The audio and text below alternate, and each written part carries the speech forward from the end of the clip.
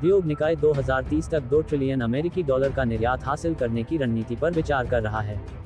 Covid के बाद के वर्षों में भारत के निर्यात में उल्लेखनीय वृद्धि हुई है। भारत की उभरती निर्यात गतिशीलता पर PhD research bureau, PhD chamber of commerce and industry द्वारा तैयार एक शोध रिपोर्ट में कहा गया है कि 2021 और 2022 के दौरान निर्यात की वृद्धि क्रमशः 20% और 9.7% थी, जो शीर्ष 20 प्रमुख निर्यातकों में सबसे अधिक थी।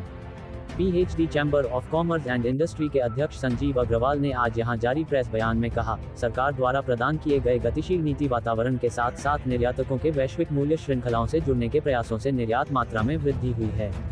कोविड-19 महामारी की गहराई से मजबूत वापसी के बाद पिछले कुछ महीनों के दौरान निर्यात की गति धीमी हो गई थी। हालांकि अक्टूबर 2023 में निर्यात बढ़ने से वस्तुओं और सेवाओं के निर्यात में एक संक्षिप्त मंदी के बाद महत्वपूर्ण पुनरुद्धार के संकेत दिखाई दे रहे हैं।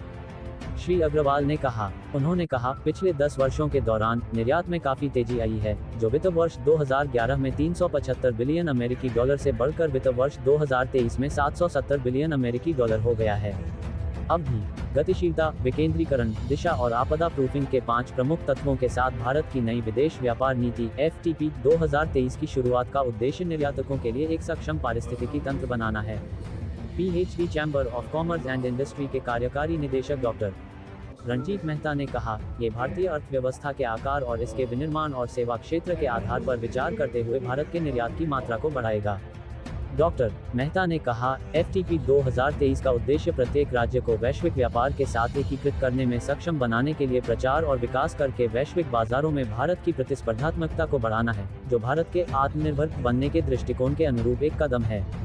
Togo, Netherlands, Brazil, Israel, Indonesia, तुर्की, ऑस्ट्रेलिया, दक्षिण अफ्रीका, सऊदी अरब और बेल्जियम जैसे उभरते उच्च विकास गंतव्य और चीनी और मिष्ठान, खनिज ईंधन और तेल, एल्यूमिनियम और लेख, अकार्बनिक रसायन जैसे उच्च विकास निर्यात वस्तुएं। डॉक्टर मेहता ने कहा, जहाज, नावें और तैरती संरचना, रबर और लेख और ऑप्टिकल, फोटोग्राफिक, चिकित्सा उपकरण भारत की निर्यात वृद्धि को नई ऊंचाई पर पहुंचाएंगे।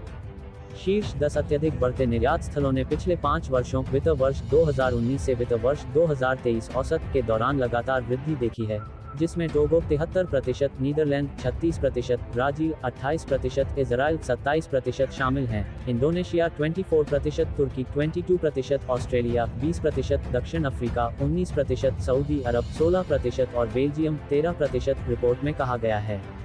वैश्विक आर्थिक मंदी के बीच इन देशों को निर्यात उच्च विकास दर से बढ़ा है। श्री संजीव अग्रवाल ने कहा कि ये देश भारत के निर्यात के लिए प्रमुख विकास स्थल बन रहे हैं, हालांकि आने वाले समय में मात्रा में और अधिक वृद्धि होनी है। शीर्ष 10 अत्यधिक बढ़ती निर्यात वस्तुओं ने पिछले 5 वर्षों वित्त वर्ष 2019 से वित्त वर्ष 2023 औसत के दौरान लगातार उच्च वृद्धि देखी है, जिसमें चीनी और कन्फेक्शनरी 43%, खनिज ईंधन और तेल 36%, विद्युत मशीनरी और पार्ट्स 27% शामिल हैं।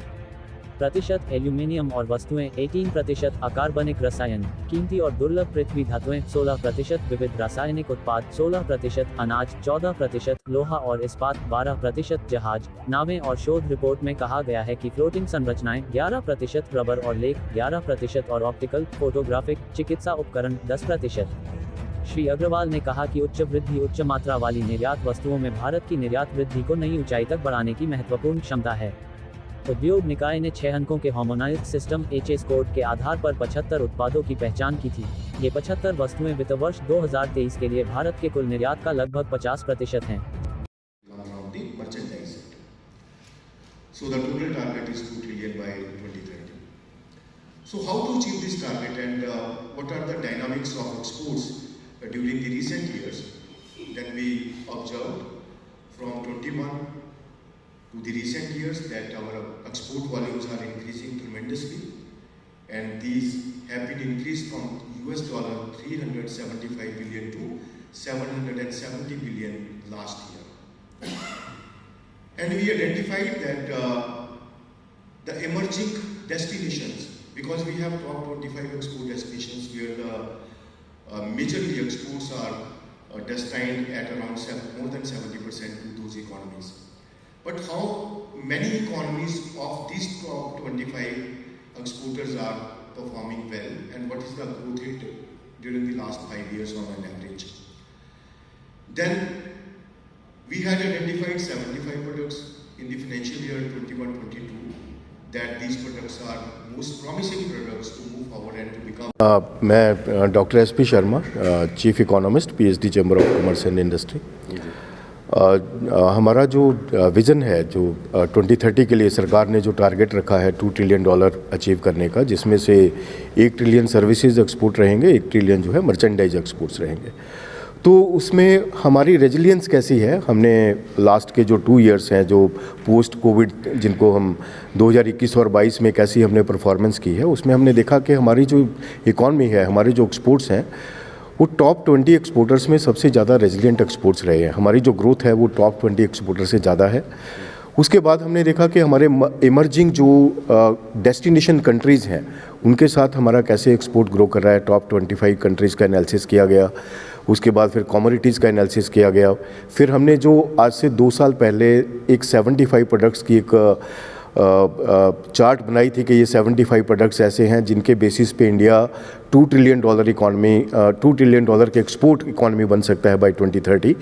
तो उनका हमने ग्रोथ देखा, तो वो प्रोडक्ट हैं जो वाकई बहुत अच्छे रेट पे ग्रो कर रहे हैं, और उनका जो ग्रोथ रेट है वो 11% है, और जो ओवरऑल एक्सपोर्ट ग्रो किए वो 6% पे ग्रो किए हैं। तो ये 75 प्रोडक्ट्स जो है, जो इनकी कैपेसिटी बिल्डिंग के साथ साथ जब हम इनको स्टेट्स में आइडेंटिफाई करते हैं कौन सी स्टेट किस प्रोडक्ट को प्रोड्यूस करती है, तो उससे कैपेसिटी बिल्डिंग होगी। कैपेसिटी बिल्डिंग से जो इनके वॉल्यूम्स हैं, क्योंकि ऑलरेडी हम इन प्रोडक्ट्स को एक्सपोर्ट कर रहे हैं इंटरनेशनल मार्केट में, जो $222 अरब का एक्सपोर्ट है इन प्रोडक्ट्स में, जो कि लगभग कोई इंडिया के 50% के आसपास बन जाता है इंडिया के टोटल एक्सपोर्ट का। लेकिन इस वॉल्यूम को और बहुत ज़्यादा हम आगे बढ़ा सकते हैं। वो कैसे? क्योंकि जो वर्ल्ड डिमांड है इन वॉल्यूम्स में, वो USD 3,838 अरब का डिमांड है पूरे वर्ल्ड में, लेकिन हम उसका $222 अरब ही एक्सपोर्ट कर पाते हैं, which is 6% of the total exports in such products. तो इनमें हम बहुत ज़्यादा वॉल्यूम आगे इंक्रीज कर सकते हैं। तो ये हमें एनालिसिस अपने रिपोर्ट में दिया है, जिससे हमारा जो लक्ष्य है $2 ट्रिलियन अचीव करने का, वो हम आगे उसको अच्छे से अचीव कर पाएंगे जब हम इन ऐसे जो हाई पोटेंशियल प्रोडक्ट्स हैं उनको ज़्यादा से ज़्यादा ग्रोथ करेंगे। फिर इसके बाद हमने कि एक्सपोर्ट्स फैसिलिटेशन कैसा होना चाहिए, ease of doing business export में कैसे इम्प्लीमेंट हो। एक्सपोर्ट के कुछ जैसे कि कॉस्ट हैं, कई कॉस्ट ऐसे हैं जो कि एक्सपोर्ट्स को इम्पैक्ट करते हैं, उनकी जो कॉम्पिटिटिवनेस है इंटरनेशनल मार्केट में इम्पैक्ट होती है। तो वो हमने आइडेंटिफाई किए हैं कि कुछ 5-6 ऐसे कॉस्ट हैं जो एक्सपोर्टर्स के जो प्राइस कॉस्ट मार्जिन हैं उनको कम करते हैं। तो एक्सपोर्ट कॉम्पिटिटिवनेस इंक्रीज़ करने के लिए हमने सजेशंस दी हैं। तो ओवरऑल हमने एक्सपोर्ट रेजिलियंस के साथ साथ जो हमारे एक्सपोर्ट डेस्टिनेशंस कंट्रीज़ हैं, जो हाई पोटेंशियल एक्सपोर्ट कमोडिटीज़ हैं, और जो ease of doing business, ease of doing exports कैसे हो सकता है, पूरा एक विश्लेषण हमारे रिपोर्ट में बनाया गया। Thank you. हिंदी में बोलना है। मेरा नाम डॉक्टर रंजीत मेहता है, मैं एग्जीक्यूटिव डायरेक्टर हूँ PhD chamber of commerce and industry में। आज का जो प्रेस कॉन्फ्रेंस है, आज का जो हमारा प्रेस कॉन्फ्रेंस है, वो एक हमने इंडिया के एक्सपोर्ट विजन में है, जो कि इंडिया का एक्सपोर्ट विजन है बाय 2030 हम जो है USD 2 ट्रिलियन का एक्सपोर्ट टारगेट अचीव करेंगे। PhD chamber of commerce and industry के रिसर्च ब्यूरो के जो चीफ हैं डॉक्टर SP शर्मा, पूरी टीम ने मिलके एक रिसर्च रिपोर्ट बनाई है। उसमें हमने एक पूरा रोड मैप दिया है, पूरा एनालिसिस दिया है, किस तरीके से हम जो इंडिया ने एक टारगेट रखा है USD 2 ट्रिलियन एक्सपोर्ट का, कैसे उसे बेहतर तरीके से अचीव कर सकते हैं। और इसके बारे में मैं इवन चाहूँगा कि डॉक्टर शर्मा उसको थोड़ा सा ब्रीफ में और बताएं कि कैसे, क्या रिपोर्ट के सेलिएंट फीचर्स हैं, वो आप बताएं।